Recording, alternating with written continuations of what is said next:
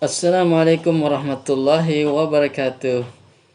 Halo sobat Nanang PK semuanya. Pada pagi hari ini berjumpa lagi bersama di channel atau di room Nanang PKH ya.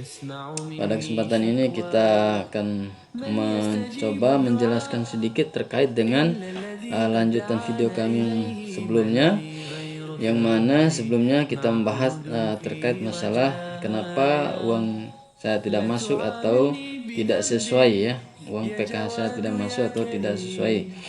Nah, sekarang ini saya akan mencoba untuk menjelaskan sedikit terkait dengan bagaimana untuk menyelesaikan permasalahan tersebut ya.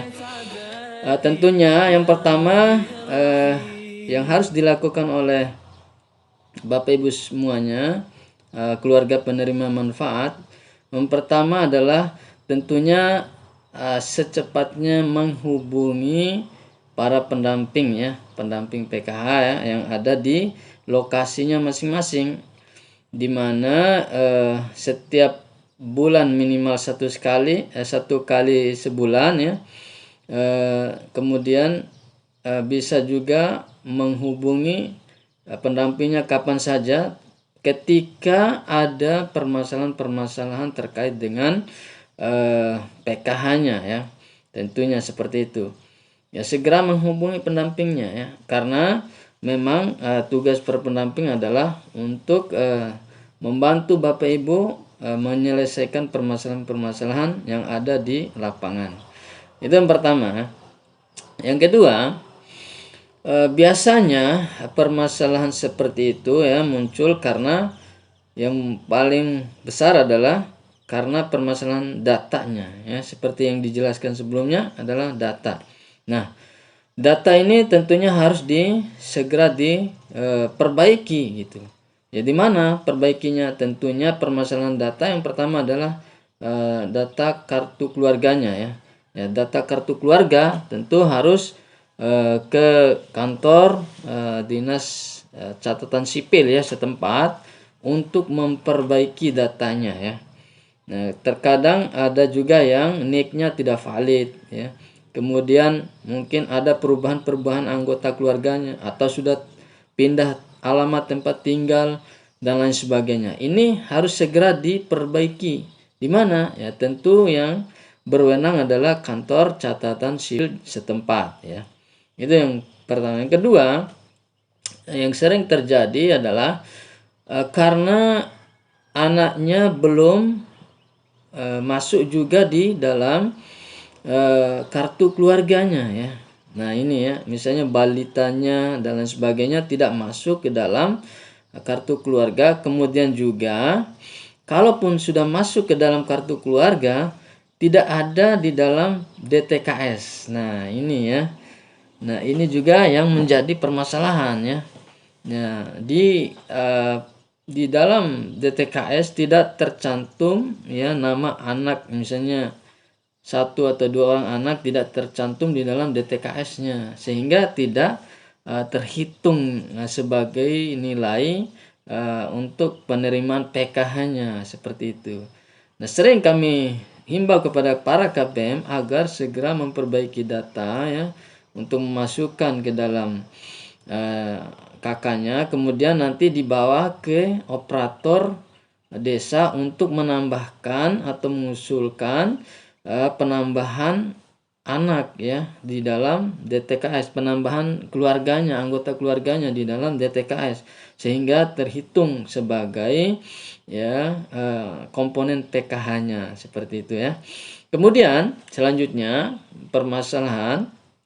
Nah, untuk mengatasi itu ya tentunya segera tadi ya memperbaiki kakak, kemudian bawa kakaknya ke operator desa atau hubungi ke pendampingnya juga ya, agar bisa dimasukkan komponen anaknya ke dalam DTKS tersebut ya. Kemudian yang ketiga adalah biasanya yang memiliki anak sekolah itu di data sekolahnya itu belum sinkron ya. ya belum sinkron ya. Ya, seperti itu. Sehingga tidak terbaca ya oleh Kementerian Sosial untuk dijadikan sebagai komponen PKH-nya ya. Seperti itu ya. Komponen anak sekolahnya. Karena di Dapodiknya tidak aktif. Nah, ini.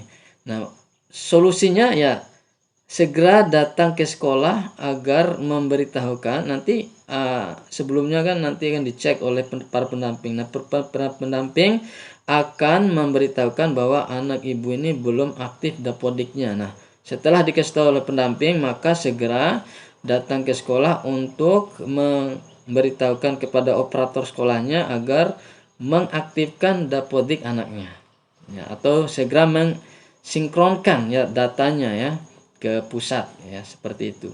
Nah, kalau sudah sinkron, insya Allah nanti para pendamping juga akan melakukan sinkronisasi di Dapodik di dalam 6NG. Kemudian tadi juga data kakaknya akan dilakukan pemadanan ya oleh pendamping. Maka segala suatu permasalahan tentunya harus kembali dulu ke para pendamping ya, untuk segera dilakukan perbaikan-perbaikan seperti tadi. Nah, ini ya terkaitan dengan kenapa uang tidak masuk. Kemudian yang kadang-kadang juga terakhir tahap Desember 2024 kemarin ada beberapa KPM yang datang mengeluhkan ya uangnya tidak masuk. Kenapa? Setelah kita cek, nah ternyata di situ ada keterangan sebagai penerima upah. Nah, ini ya. Nah, kalau dia pernah bekerja atau sedang bekerja di suatu tempat yang mana dia menerima upah dan mendapatkan gaji dan juga mendapatkan jaminan kesehatan dari tempat dia bekerja, maka akan secara otomatis akan di stop bantuannya ya oleh pemerintah karena dia terindikasi sebagai pekerja atau penerima upah seperti itu ya. Dan juga yang apalagi yang sudah lulus PNS atau P3K ya, ini tentunya akan lebih diutamakan untuk di stopkan bantuannya. Kemudian juga ada juga KPM yang sudah tergolong atau kategori sejahtera. Nah, ini juga akan dilakukan graduasi oleh para pendamping ya, karena dia sudah tergolong sejahtera atau mapan ya, dan juga nanti akan dihubungi oleh pendamping untuk diminta untuk dilakukan graduasi mandiri ya. Graduasi mandiri artinya dia harus meminta mengundurkan diri secara mandiri karena memang dia sudah sejahtera, sudah mampu. Ya, kalau memang sudah sejahtera atau sudah mampu ya segera. Ya, jangan sampai mintanya masuk PKH terus. Artinya dia meminta miskin terus ya. Jangan sampai seperti itu. Jadi mudah-mudahan para KPM bisa menyadari bahwa bantuan ini adalah bantuan untuk masyarakat yang memang betul-betul membutuhkan ya, yang betul-betul dikategorikan sebagai orang yang tidak mampu atau miskin. Jangan sampai kita yang sudah punya mobil, punya usaha mapan ya, sudah punya kios, toko yang besar, nah masih mau saja menjadi anggota PKH. Nah, mudah-mudahan ini ya mencerahkan bagi Bapak Ibu semuanya ya, agar segera untuk minta graduasi mandiri kepada para pendamping supaya nanti bisa menandatangani form untuk pengunduran dirinya ya. Dan apalagi program kementerian sekarang ini agar pendamping juga mendorong ya KPM untuk bisa graduasi mandiri ya, paling tidak ya untuk setahun itu 10 orang ya yang memang KPM-nya sudah dianggap mapan atau sudah sejahtera. Demikian penjelasannya, mudah-mudahan bisa memberikan solusi. Wassalamualaikum warahmatullahi wabarakatuh.